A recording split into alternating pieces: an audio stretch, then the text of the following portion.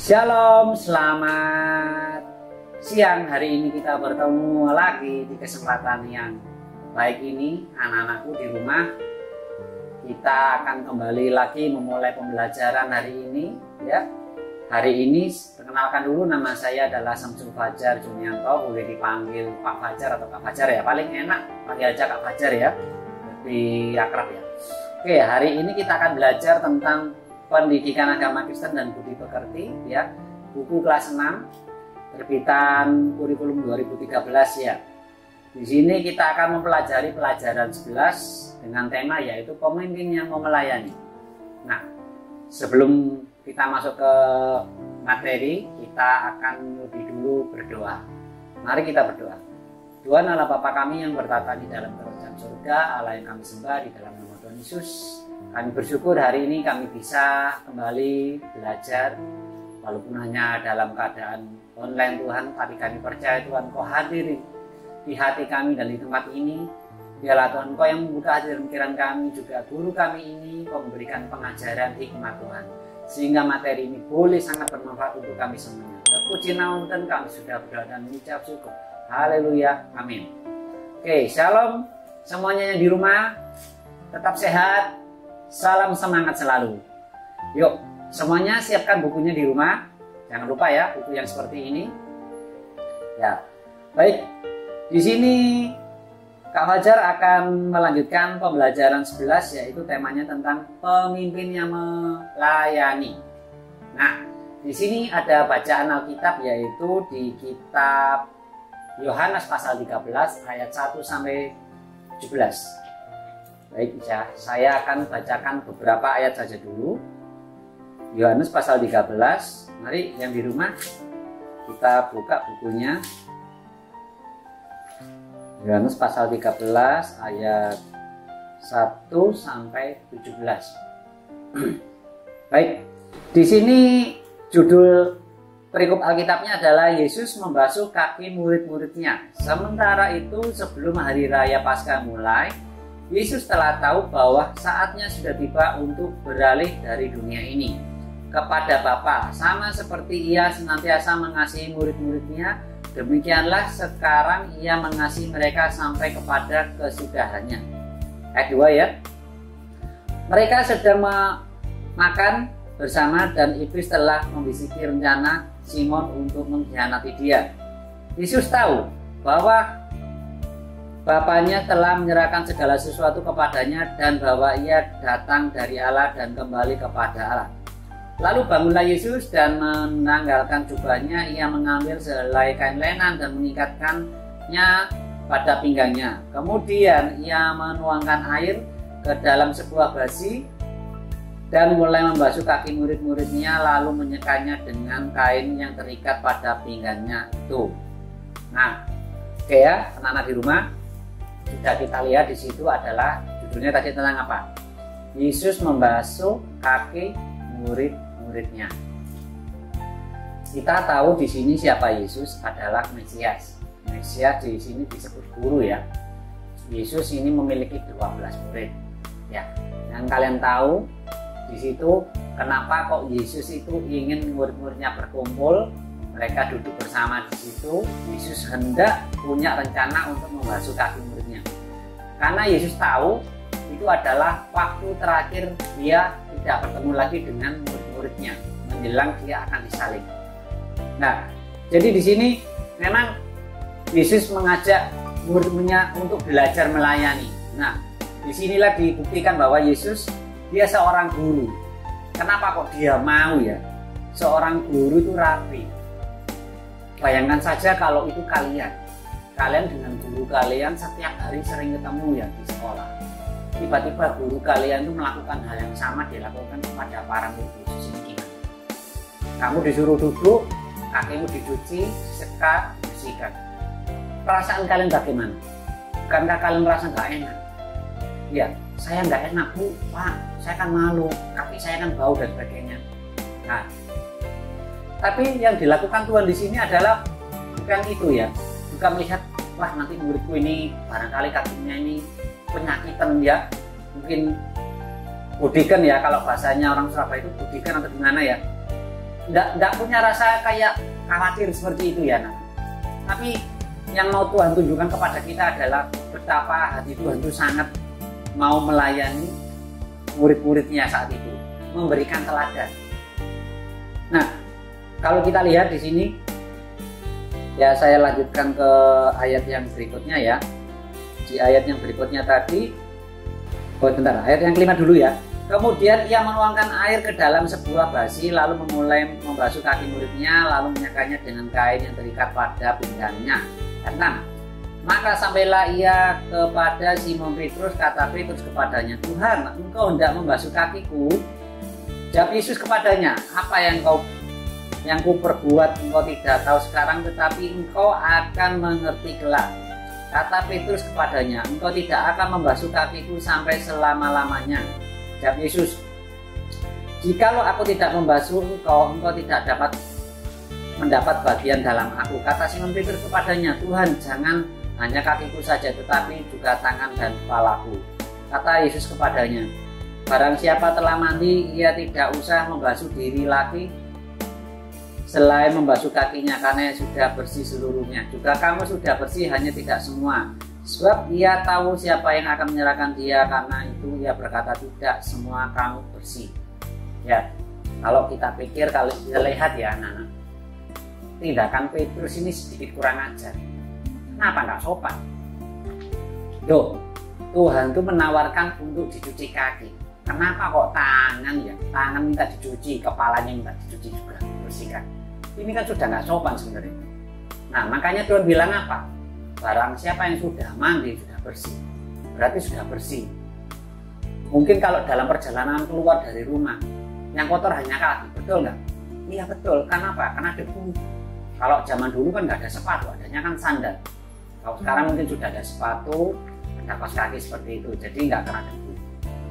Makanya Tuhan bilang, kalau sudah mandi nggak perlu dibersihkan lagi, hanya tidak bersih seluruhnya. Makanya harus pakai yang namanya tadi alas kaki, itu salah satunya, dan dicuci kaki itu aja. Nah, di sini Tuhan itu memberikan teladan. Kalau Tuhan itu walaupun guru, dia nggak jual mahal, dia nggak gengsi. Itu adalah pemimpin yang harus kita teladani. Bagaimana dengan kita anak-anak Tuhan yang saat ini ada di generasi saat ini, anak. Nah, coba ayo kita buka buku kita di halaman 87 ini ya. 87 ini kan ada gambar ini ya. Ya, di situ ada kisah diceritakan di mana seorang tokoh yang bernama Anto ya. Anto ini adalah ketua kelas dari kelas 6 ya. Dia seorang ketua kelas, pasti dia punya anak buah ya. Teman itu adalah rekan kerjanya dia juga sebenarnya. Tapi dia dipercaya untuk memanajemen sebuah kelas dia, kelas 6. Di kelasnya dia ini ada yang namanya kelompok kerja dalam tim kebersihan. Sama dengan halnya kita di sekolah ya anak-anak. Jadi kalian di sekolah pun juga pasti punya tugas, yaitu menjaga kebersihan sekolah setiap harinya. Maka dibentuklah regu piket. Nah, suatu hari kita geser ke baliknya, halaman berikutnya. Nah, di situ Anto itu sudah bagi tugas kelompok sama teman-teman yang lain. Nah, ternyata pada waktu hari itu ada salah satu temannya itu yang nggak datang ya. Dia belum datang. Jadi semuanya teman-teman yang lain itu kan sudah masuk kelas ya, melakukan tugas piket kebersihan seperti biasanya ya, membersihkan kaca, jendela, mungkin lemari, rak-rak buku, terus nyapu, ya mungkin ada jaring-jaring laba-laba itu juga dibersihkan ya. Namun tanpa menunggu temannya tadi yang namanya Tini ya, dia dengan bergegas langsung mengambil sapu dan membersihkan kelas itu. Jadi Anto ini dia memposisikan dirinya sebagai seorang pemimpin di dalam kelasnya dia dan ketua kelas yang sesungguhnya. Kalau ada anak buahnya atau temannya yang tidak datang melaksanakan tugas, dia siap menggantikan. Nah, jadi satu cerita ini menggambarkan bahwa Anto ini tidak merasa dengan jabatan dia merasa bangga, wah aku sebagai ketua kelas, aku pasti hebat. Bukan itu yang mau ditonjolkan Anto, tapi Anto justru mau menunjukkan bahwa dia adalah seorang ketua kelas yang bertanggung jawab terhadap kelas dan juga anak buahnya. Ketika ada anak buahnya yang sedang tidak bisa hadir saat itu, mungkin sakit, atau berhalangan karena dia terlambat, dia siap sebagai ketua yang melindungi, menjaga anak buahnya supaya tetap tugas dan tanggung jawab itu bisa terlaksana dengan baik. Nah, jadi bukan karena dia seorang ketua kelas, dia seenaknya saja memerintahkan temannya atau anak buahnya, ayo kamu sana sini, tapi dia juga ikut terjun di lapangan. Nah, kita geser ke bawah lagi, ya. Jadi di sini Anto memberikan sebuah teladan, yaitu pemimpin yang melayani. Melayani itu nggak hanya untuk orang-orang yang ada di gereja, ya, di tempat-tempat sosial, tapi pelayanan itu bisa juga kita lakukan di tempat kita bekerja ataupun beraktivitas seperti kita yang anak-anak kalian sedang sekolah. Contoh, jadi di sini ya, kalau Anto tadi tahu ada anak buahnya nggak bisa datang, kendala hari itu, nggak tahu yang terjadi apa yang sama temannya tadi ini, tapi Anto selalu berpikir positif. Mungkin saja temanku ini sedang sakit atau dia ada kendala di jalan, dia selalu berpikir positif, dia berusaha membantu semaksimal mungkin. Itu adalah pelayanan sebagai seorang ketua kelas atau pemimpin di kelas. Nah, di bawah ini ada sebuah pertanyaan ya anak-anak. Coba kalian perhatikan di 3 soal di buku kalian. Di nomor yang pertama ada pertanyaan ya. Ini ada soal, ini kalian bisa diskusikan dengan teman-teman kalian yang ada di rumah. Kita kan online ya, jadi kalian bisa pakai grup, chat. Tugas ini bisa kalian kerjakan secara berkelompok juga boleh. Nah, apa yang dilakukan Anto ketika tahu bahwa Tini belum datang untuk melaksanakan tugasnya? Nah, ini adalah pertanyaan yang pertama. Kalau dari jawaban saya, dari Kak Fajar, pertanyaan yang dijawab ini adalah, yang dilakukan Anto sebagai ketua kelas adalah dia bergegas mengambil peralatan kebersihan untuk membersihkan kelas tanpa ada yang menyuruh, ya. Tidak menunggu Bapak Ibu guru datang, tidak menunggu semua teman-teman masuk kelas, tidak menunggu bel, tapi dia dengan sadar diri dia menggantikan tugas sebagai seorang ketua kelas menjadi tim kebersihan di situ atau regu piket. Nah, yang kedua ada pertanyaan. Jika kamu menjadi ketua kelas, bagaimana sikapmu ketika kamu tahu bahwa tugas yang membersihkan kelas belum datang? Tindakan apa yang akan kamu lakukan? Nah, ini juga harus kalian jawab. Kalau dari jawaban Kak Fajar, yang kedua adalah, kalau kita menjadi ketua kelas, kita hendaknya menjadi ketua yang bisa memberikan teladan dan pengayom bagi setiap regu piket. Ya, contoh, kalau ada teman yang nggak bisa hadir saat itu untuk melakukan tugas piket, harusnya seorang ketua kelas menggantikan posisi temannya, bertanggung jawab penuh terhadap kebersihan kelas, karena kebersihan kelas adalah kenyamanan bersama. Ya, itu untuk soal nomor 2. Yang nomor 3, bagaimana seharusnya sih sikap seorang pemimpin? Seorang pemimpin itu tidak boleh sombong, tidak boleh merasa, wah, ketua kelas itu adalah pilihan terbaik. Kalau kita nggak pinter, nggak mungkin dipilih jadi ketua kelas. Bukan itu ya anak-anak di rumah. Tapi ketua kelas itu punya tanggung jawab yang besar terhadap semua anggota kelas. Ya, baik kebersihan kelas, keamanan kelas, ketertiban kelas, itu adalah tanggung jawab seorang ketua kelas. Nah, berikutnya ya kita tentang memahami cerita Alkitab ya. Di sini memang tentang kisah Yesus membasuh kaki murid-muridnya itu adalah satu bentuk pelayanan yang Tuhan lakukan kepada murid-muridnya dulu. Kenapa? Tujuannya supaya nanti murid-murid Yesus ini juga melakukan apa yang dilakukan Yesus kepada jemaat-jemaatnya. Nah, kalau sudah saya bacakan tadi di kitab yang pertama tadi, bahwa Yesus ini tidak pandang bulu. Meskipun mungkin salah satu dari murid itu ada yang memiliki profesi yang mungkin saja dia sangat berpengaruh, dari orang kesehatan, mungkin dari orang seorang pelaut atau profesi yang lain. Tuhan nggak melihat itu, dia dari mana, tapi Tuhan melakukan itu karena kasih. Ya, jadi di sini kita belajar dari teladan Tuhan Yesus adalah belajar untuk mengasihi. Ya, mengasihi itu tidak pandang bulu, siapapun orang yang di sekitar kita harus kita layani.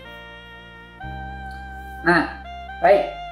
Di poin yang C di sini adalah memahami teladan Yesus sebagai pemimpin yang melayani. Ini ada 3 pertanyaan. Ya, dari nomor 1 kita lihat. Tindakan apa yang dilakukan Yesus untuk melayani murid-muridnya? Mengapa Yesus melakukan hal itu? Nah, nomor 1A ini kalau jawaban dari Kak Fajar adalah Yesus melakukan membasuh kaki murid-muridnya sebagai pelayan. Ya, dia mengambil sebuah basi ya. Basi ini kalau di bahasa kita itu baskom ya, atau baskom gitu ya. Tempat untuk mencuci kaki. Itu memang dilakukan untuk membersihkan, sebuah bentuk pelayanan untuk membasuh kaki murid Yesus. Nah, mengapa Yesus mau melakukan hal itu? Karena Yesus itu memang benar-benar punya kasih kepada sesama, apalagi kepada muridnya. Dia memberikan teladan, ya. Jadi Yesus tidak melihat statusnya sebagai seorang guru, namun dia melayani seperti domba-dombanya sendiri. Yang B ya, pelayanan seperti apa yang dapat kamu lakukan dalam hidup setiap hari dengan mencontoh teladan yang diberikan oleh Yesus. Nah, ini gambarannya ketika kita ada di lingkungan, contoh kalau kalian kan ada di rumah, yang paling mudah di rumah. Di rumah itu kalian apa yang kalian lakukan? Wah, berarti apakah aku ini harus seperti Tuhan Yesus Kak? Ngambil baskom, tiba-tiba ibu bapak bangun tidur tak cuci kakinya. Enggak begitu. Ya, tapi contoh kalian melayani dengan sepenuh hati itu lihat. Ketika orang tua kalian sedang susah, ya, bekerja, pulang, mungkin papa mamamu pulang kerja, buatkanlah minuman, ya, masakan air hangat untuk papa mamamu mandi. Ya, rumah harus dibereskan sebelum orang tua kita pulang kerja. Itu salah satu bentuk pelayanan kita lakukan kepada keluarga kita. Nah, kalau masih punya adik kecil, yang kalian lakukan adalah apa? Kalian bisa namanya gini, kalau punya adik kecil itu ya dibantu ngomong ya. Jangan malah adiknya ini kerjain sampai nangis, kasihan. Kalau adiknya nangis terus, ya mamamu juga ikut bingung, repot nanti. Jadi teladan yang bisa kita lakukan adalah melakukan pelayanan kepada keluarga kita terlebih dahulu, baru kita melayani yang di luar. Ya, kalau kalian yang sudah jadi kakak, punya adik, belajarlah menjadi contoh yang baik kepada adik-adiknya. Ya, berikut yang C adalah seandainya kamu menjadi ketua kelas, bagaimana cara kamu menenangkan kelas yang ribut, apalagi tidak ada guru di kelas. Nah, biasanya gini ya. Pengalaman-pengalaman yang pernah kalian lakukan di sekolah, kalau jadi ketua kelas gak ada gurunya, apakah ketika gurunya di kantor atau sedang tidak masuk, kalian mengajak ribut? Itu mungkin pernah terjadi. Namun kembali kalau kita dalam pelajaran ini kita ditegur. Jangan malah membuat sebuah kegiatan yang malah membuat gaduh kelas ya, atau mengotori kelas. Kasihan. Kasihan siapa? Teman kalian yang piket juga akan susah membersihkannya. Jangan mencoret-coret tembok, itu hal-hal tidak baik. Itu bukan seni ya, kalau seni menggambar di buku gambar. Tapi kalau kalian menggambar di tembok, malah ini menjadi kelas kan jadi kotor. Memang enak, seakan-akan wah coret sana coret sini. Tapi ketika kalian melakukan untuk mengecat seperti yang dilakukan oleh tukang cat ya, mereka harus mengikis dulu kotorannya, jamur-jamurnya dibersihkan dulu, baru dicat. Nggak semudah itu ya Nana. Jadi maka dari itu di sini kita harus mau belajar menjadi seorang pemimpin yang melayani. Jadi benar-benar kalau kalian dipilih jadi ketua kelas, jadilah ketua kelas yang bertanggung jawab pada anak buahnya. Yang nomor 2 di sini adalah dengan bimbingan gurumu mainkanlah sebuah drama tentang Yesus membasuh kaki murid-muridnya. Nah, karena sekarang ini adalah kita online, jadi mungkin drama ini bisa kalian lakukan secara daring online, itu bisa pakai video ya, di rumah dilakukan masing-masing. itu nanti melalui proses editing masing-masing. Nah, itu mungkin akan jauh lebih bagus. Jadi selama pandemi ini kalian tetap bisa belajar di rumah, ya, tetap selalu jaga kesehatan. Baik, di poin yang D di sini kita tentang pendalaman materi adalah, jadi pemimpin adalah orang yang memimpin atau orang yang ditunjuk untuk mengepalai sebuah bidang, ya, menuntun orang lebih baik secara personal maupun kolektif. Artinya pemimpin adalah orang ditunjuk untuk mengatur seseorang atau kelompok orang. Jadi seorang pemimpin pastilah punya kuasa untuk mengatur segala kelompok dan bawahannya itu. Jadi di sini di halaman 91 juga ini dijelaskan bahwa pemimpin itu pasti jelasnya punya otoritas, baik dalam skup yang kecil ataupun yang besar. Pemimpin itu banyak. Contoh saja kalau tadi kita berbicara ketua kelas, itu juga berbicara tentang pemimpin. Pemimpin agama, ya, pemimpin negara, ya, pemimpin suku. Nah, kalau pemimpin agama di sini ya untuk orang Buddha ada biksu, kalau perempuan biksuni. Kalau agama Hindu ada Vedanta, Pandita, dan Sulinggi. Kalau pemimpin umat Islam adalah ulama, kiai, ustadz, dan habib. Kalau di Konghucu ada Jiaosheng, ya, penebar agama. Ada juga di sini kalau di agama Nasrani adalah pendeta atau pastor, ya, di Katolik. Nah, di negara-negara itu juga banyak pemimpin, ya, dari presiden, perdana menteri, ya, itu ada yang raja. Itu adalah salah satu istilah pemimpin-pemimpin yang ada di dunia ini. Nah, dari semuanya ini kalian sudah melihat bahwa pemimpin itu sangat banyak. Namun perlunya seorang pemimpin itu harus punya integritas yang harus dijaga. Itu tadi pemimpin yang bertanggung jawab terhadap jabatan dan tugasnya. Jadi bukan bangga dengan ketika dia menjadi pemimpin yang baru dipilih oleh rakyatnya. Baru-baru ini di kota kita juga, ya, beberapa daerah melakukan yang namanya pemilihan. Salah satunya adalah wali kota, kepala daerah, ya.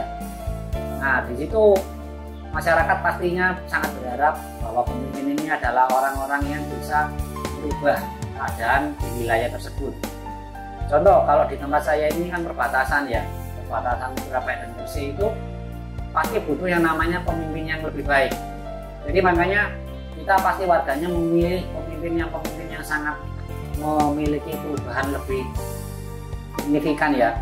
Mungkin yang dulunya pembangunannya nggak seberapa, sekarang pembangunannya semakin merata. Itu yang harus kita rasakan. Jadi maka dari itu di sini kita bisa meneladani sikap seorang pemimpin yang baik seperti yang dicontohkan oleh si tokoh tadi, ya, dalam cerita si Anto, dan tokoh dalam Alkitab adalah Tuhan Yesus, ya. Di halaman 92 kita akan belajar tentang tugas, ya, menghayati sikap pemimpin yang mau melayani. Ya, di nomor 1 ini coba kalian sebutkan 5 tokoh gereja atau tokoh masyarakat yang kamu tahu atau pernah kamu dengar namanya, yang memiliki sikap kepemimpinan yang melayani umat dan melayani masyarakat. Nah, kalau ini kalian bisa mencari jawabannya sendiri, ya. Kalau di tempat saya itu contoh, ya, kalau pemimpin gereja itu nama pendeta, tapi nggak saya sebutkan, ya, karena nanti itu nama pendeta saya nggak enak, ya. Yang nomor 2, buatlah sebuah tulisan karangan berjudul "Jika Saya Menjadi Seorang Pemimpin" atau "Pemimpin yang Melayani". Ya, jadi di sini kalian buat karangan itu dalam bentuk kertas, ya, kertasnya bebas, atau bisa kalau pakai sekarang ini kan teknologinya tinggi, ya, jadi nggak perlu kertas, ya, lebih banyak ngetik di HP, ya. Kalau kalian pakai smartphone Android itu bisa ngetik di HP, bisa dihias seindah mungkin dan sebagus mungkin. Jika saya menjadi seorang pemimpin atau pemimpin yang melayani, jadi itu menggambarkan sikap hati kalian kalau dipilih jadi pemimpin itu, yang pemimpinnya seperti apa, ya. Apakah pemimpin yang mau karena dipercaya agar disenangi oleh guru, kalian bangga jadi ketua kelas, ataukah kalian punya misi untuk melayani sesama kalian di sekolah. Yang 3, Buatlah sebuah doa yang berisi tentang permohonan agar kamu dapat menjadi seorang pemimpin yang melayani dengan rendah hati dan takut akan Tuhan. Ya, jadi doa ini bisa kamu buat dalam tulisan kalian, karangan atau puisi, terserah kalian. Jadi itu nanti tugasnya bisa kalian kumpulkan kepada guru kelas kalian yang mengajar di sekolah. Ya, baik. Di bagian poin F kita akan belajar sebuah lagu tentang hati sebagai hamba. Oke, kita akan pujikan satu pujian yaitu tentang hati sebagai hamba.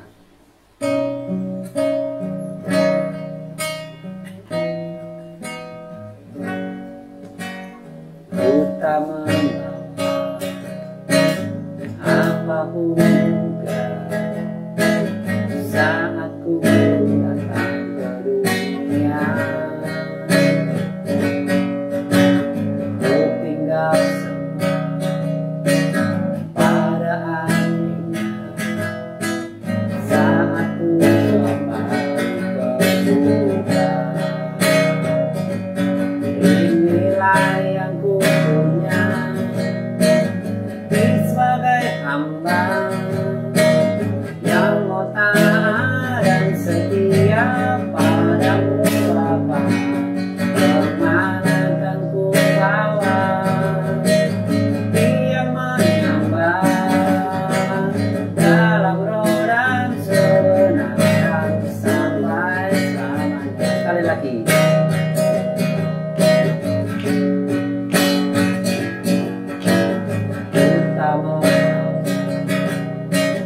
Apapun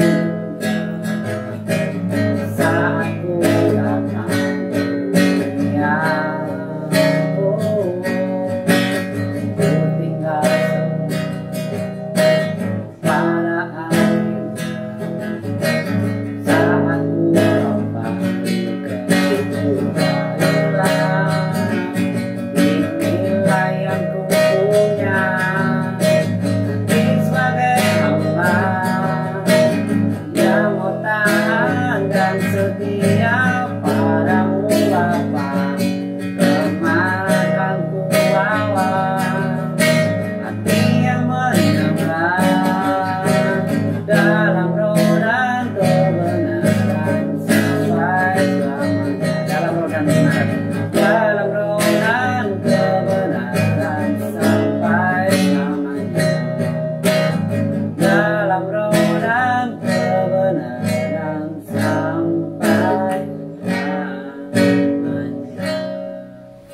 Baik anak-anak, kita lanjutkan. Nah, setelah kita memuji satu pujian tadi tentang hati sebagai apa yang kalian rasakan? Apa yang kalian dapatkan dari lagu ini? Ya, kalau lagu ini sudah menggambarkan bagaimana kita ini mau belajar untuk hidup melayani. Ya, jadi jangan karena kalian dipercaya jadi ketua kelas, kalian tuh merasa sosokan sama teman yang lain yang merasa paling hebat. Bukan. Tapi satu tugas, kepercayaan, jabatan apapun ya ketika nanti kalian sampai jadi orang dewasa bekerja, itu adalah amanat dari Tuhan. Lakukan tugas kami sebagai seorang pemimpin yang mau melayani, itu adalah harapannya Tuhan ya kepada kita semua. Nah, jadi kesimpulan materi ini adalah bagaimana Yesus memberikan teladan menjadi seorang pemimpin yang melayani, ya. Karena pemimpin yang melayani adalah memberikan dirinya untuk orang lain. Ya, seperti yang dilakukan tadi Anto kepada temannya Tini ketika Tini nggak datang, dia mau datang sebagai penggantinya Tini, tidak bisa piket. Ya, Yesus memberikan teladan contoh pemimpin, yaitu dia dengan rendah hati, dia nggak merasa aku ini Tuhan, aku ini guru rabi, tapi dia mau mencuci kaki murid-muridnya, membasuh dengan sepenuh hati. Ya, jadi di sini adalah kita tentunya menjadi pelayan yang mau melayani dengan sepenuh hati. Oke anak-anak, kita akan akhiri pelajaran hari ini. Mari kita berdoa. Tuhan, terima kasih untuk hari ini. Kami bersyukur atas kebaikan yang diberikan kepada kami. Hari ini kami telah belajar tentang pemimpin yang melayani. Kiranya Tuhan Kau ajar kami, berikan Roh Kudus-Mu, berikan kemampuan kami untuk kami belajar hidup menjadi orang yang rendah hati dimanapun kami berada. Terima kasih Tuhan juga buat guru kami yang telah memberikan pelajaran hari ini. Kiranya bermanfaat dalam hidup kami. Terpuji nama Tuhan, kami sudah beragam. Haleluya, amin. Oke, salam anak-anak, sampai ketemu di pertemuan berikutnya. Tuhan Yesus memberkati.